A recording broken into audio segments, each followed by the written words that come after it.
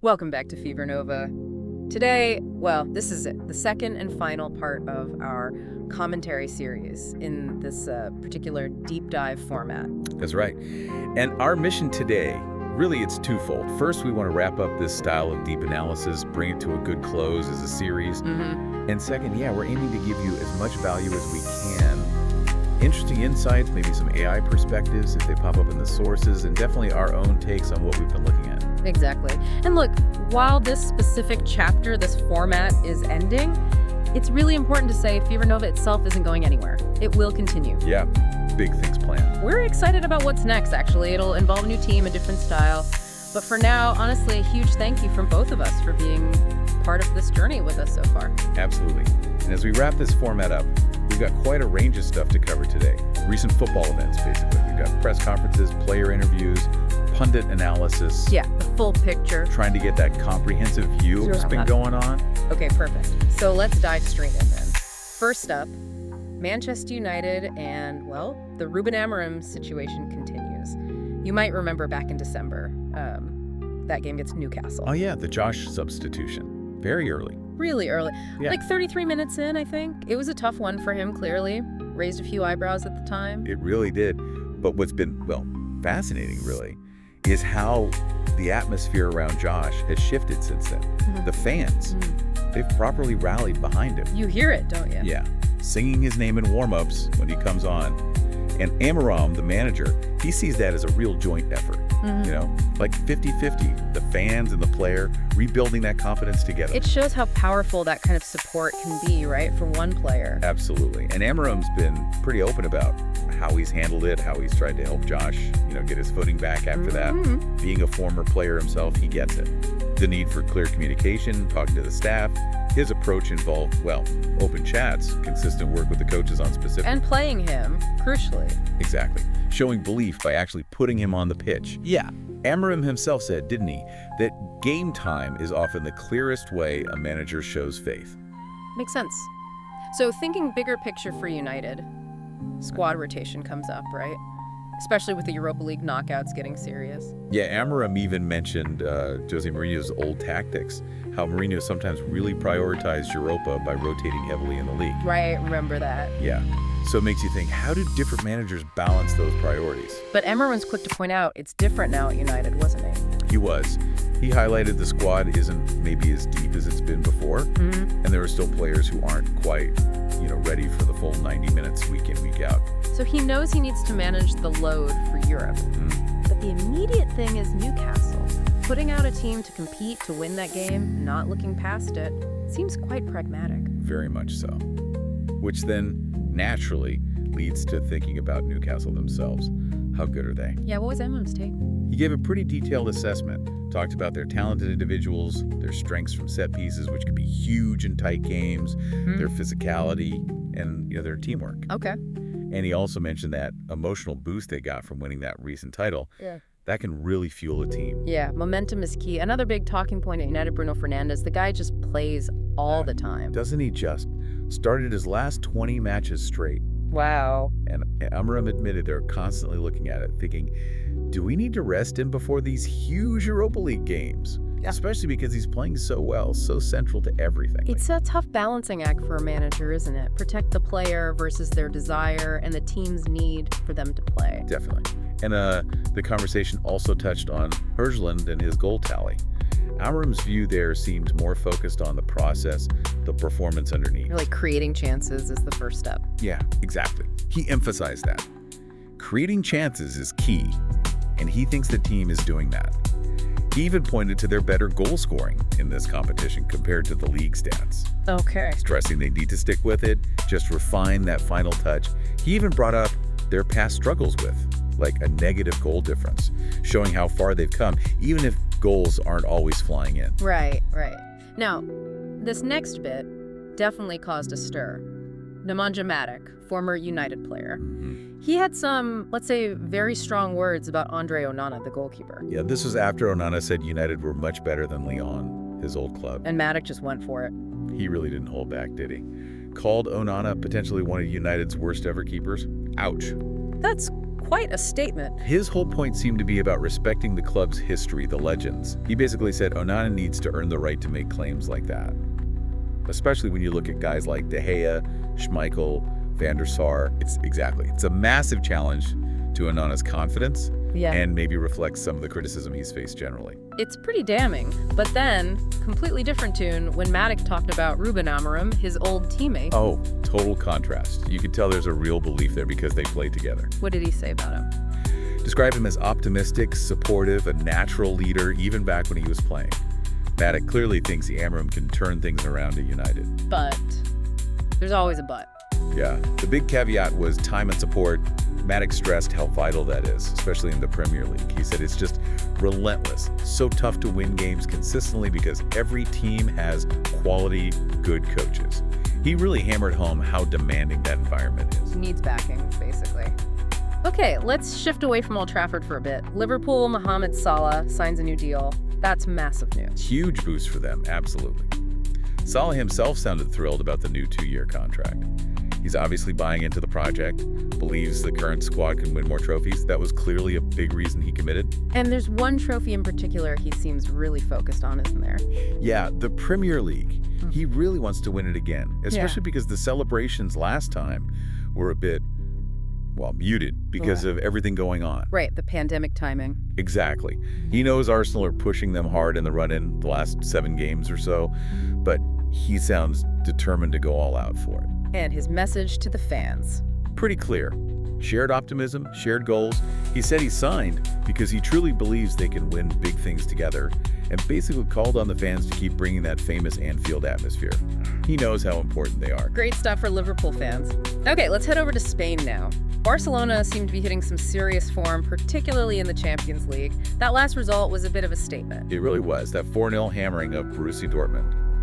Wow. Put them in a really strong position. People are even talking about them as bookies' favorites now. Seriously? Yeah, shows the impact of that win. And a big part of it was that front three clicking Yamal, Lewandowski, and Rafinha. They looked electric. And Rafinha specifically. He's having an incredible season, isn't he? Especially in Europe. His numbers are kind of mind-blowing. Directly involved in 19 goals in the Champions League this season. 19. Goals and assists combined, that's the most for a Barca player in the competition since Messi, way back in 2011-12. That's elite company. It really is. And get this, when you compare the stats directly for those seasons, both hit 19 goal involvements, but Rafinha's actually done it in fewer minutes played. No way. Yeah, so his goals and assists per 90 minutes figure is slightly higher, 1.85 versus Messi's 1.73 back then. Just shows how ridiculously efficient he's been. That really puts it in perspective. Makes you wonder, how does this current front three compare to, say, the MSN era? The Suarez, Messi, Neymar peak. Well, back in 2015-16, they hit something like 131 goals combined. Just a staggering number. Untouchable, really. Pretty much. This season, Lewandowski, Rafinha, and Yamal are on 82 goals combined so far. Still a way off, obviously. And actually, Ferran Torres has scored more than Yamal this season. Interesting. But Barca potentially have, maybe 13 games left across all competitions. So closing that gap, maybe hitting 100 goals as a trio, it's possible, but a big ask. Still, it feels like Barcelona are firing on all cylinders right now. They really are. Top of La Liga, 4 points clear of Real Madrid, basically got 1 foot in the Champions League semis after that 4-0 win. And they're in the Copa del Rey final too. Against Real Madrid, isn't it? Yep, later this month. So the Treble League, Champions League, Cup, it's genuinely on the cards for them. Incredible turnaround. Meanwhile, on the other side of that Barca tie, Borussia Dortmund, it feels like a big drop-off for them in Europe since making the final last year. It's been a steep decline, yeah. A tough season for them, generally, really.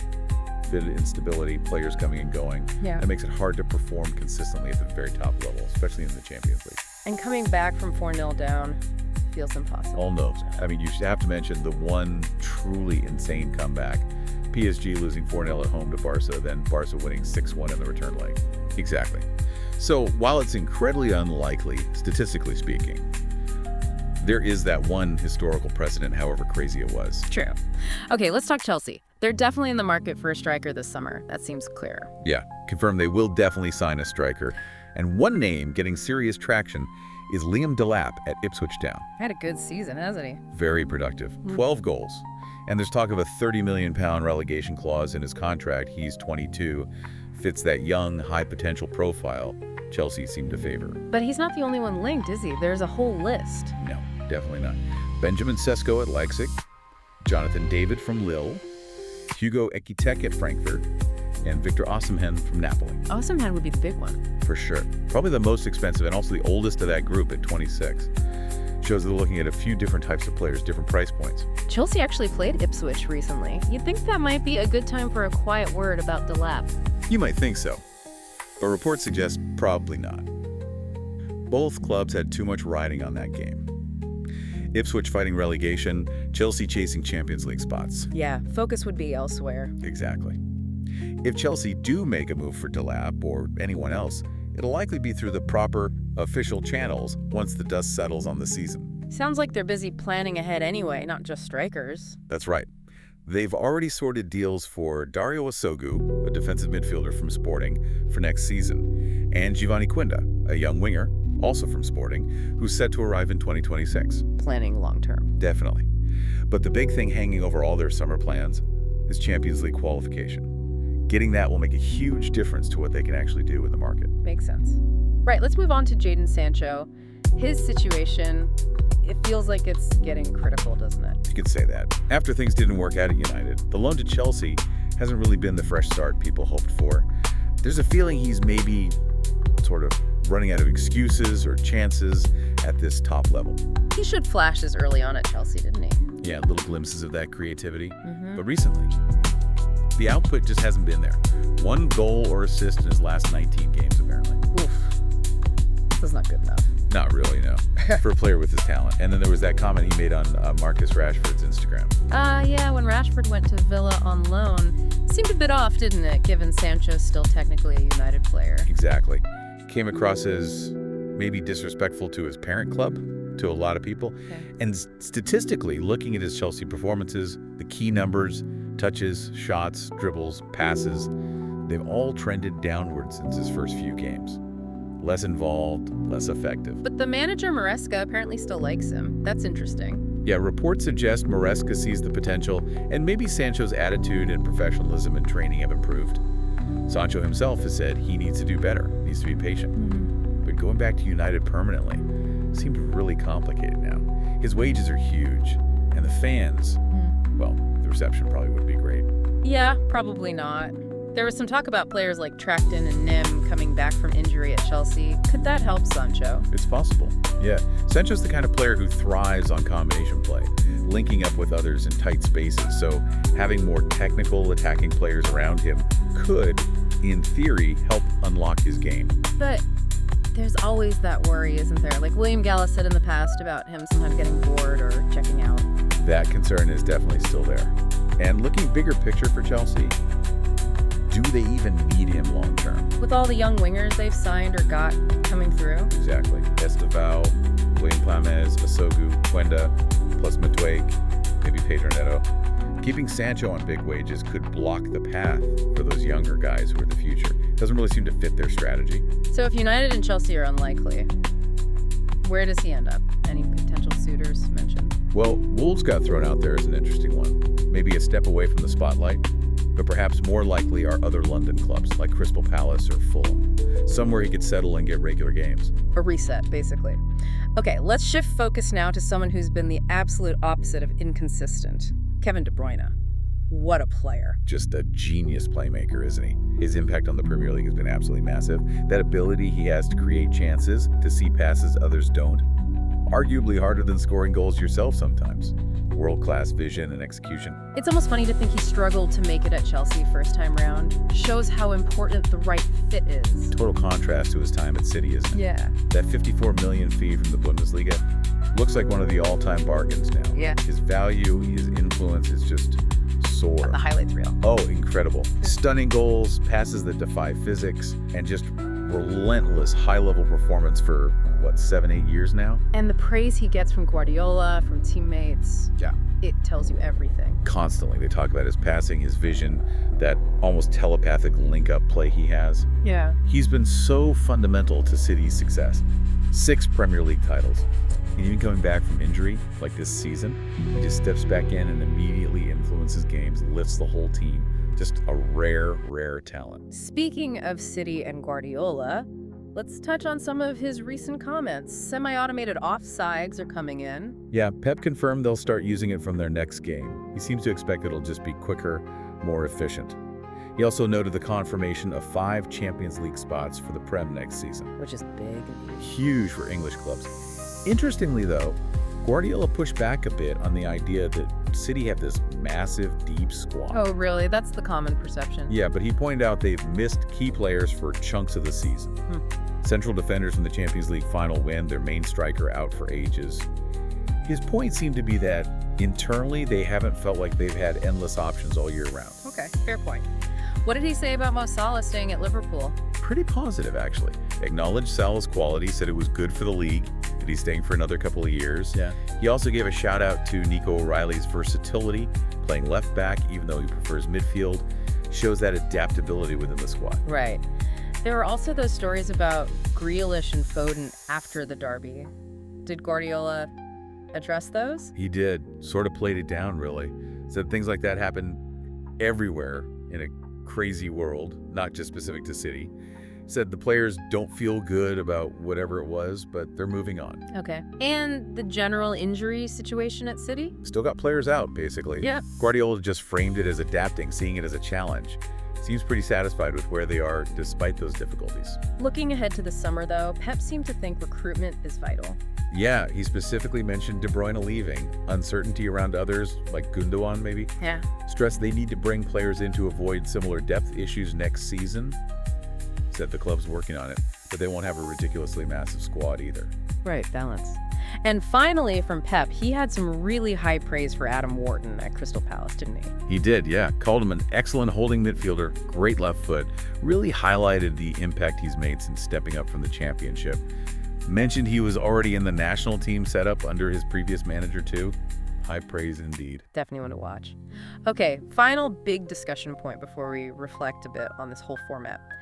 Arsenal versus Real Madrid in the Champions League. Wow.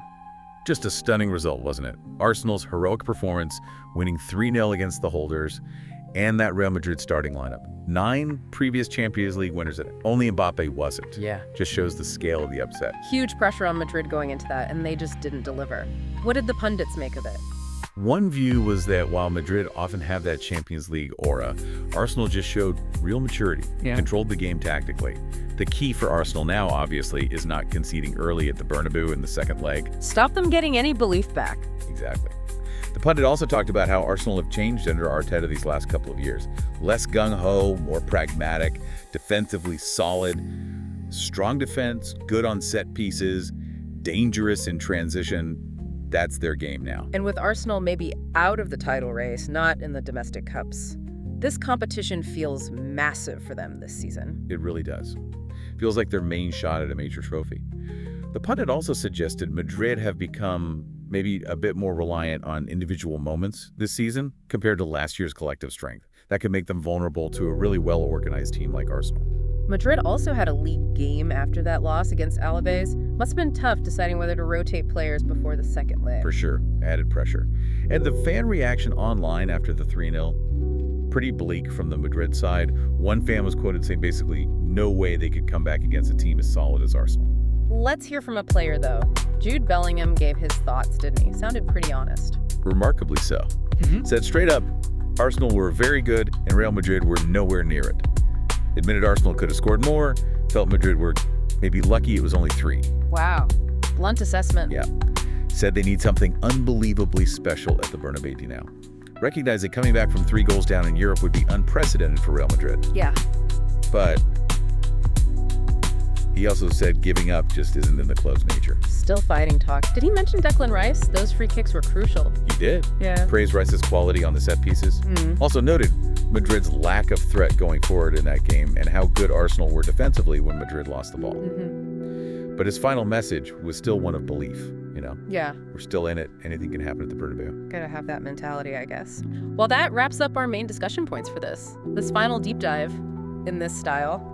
Feels like the right time to maybe just reflect a little ourselves on what this format has been like. Yeah, definitely. For me, it's been a really great way to properly get stuck into different topics, hasn't it? Pulling together all the different threads, news, analysis, player comments, and trying to weave them into something hopefully more insightful for everyone listening. I've really enjoyed finding those connections. Hope has given people a deeper sense of the stories in football. Absolutely. And from my side, it's been, a fantastic discipline, taking all that noise, all the information flying around and trying to structure it, make sense of it, and hopefully share it in a way that's easy to follow. I've loved trying to pull out the key bits, the interesting angles. The aim was always, I suppose, to give you, the listener, a bit of a shortcut, maybe uncover some things you hadn't seen. And hopefully spark some thoughts. So with that, we do reach the end of this particular deep dive format on Fevernova. Yeah. Thank you sincerely again for joining us for this final episode in this style. We really hope you found the insights useful, maybe got you thinking. And just to reiterate, while this specific format is finishing up, Fevernova is definitely continuing. So please stay tuned for updates on where we're going next. New team, new style, new approach.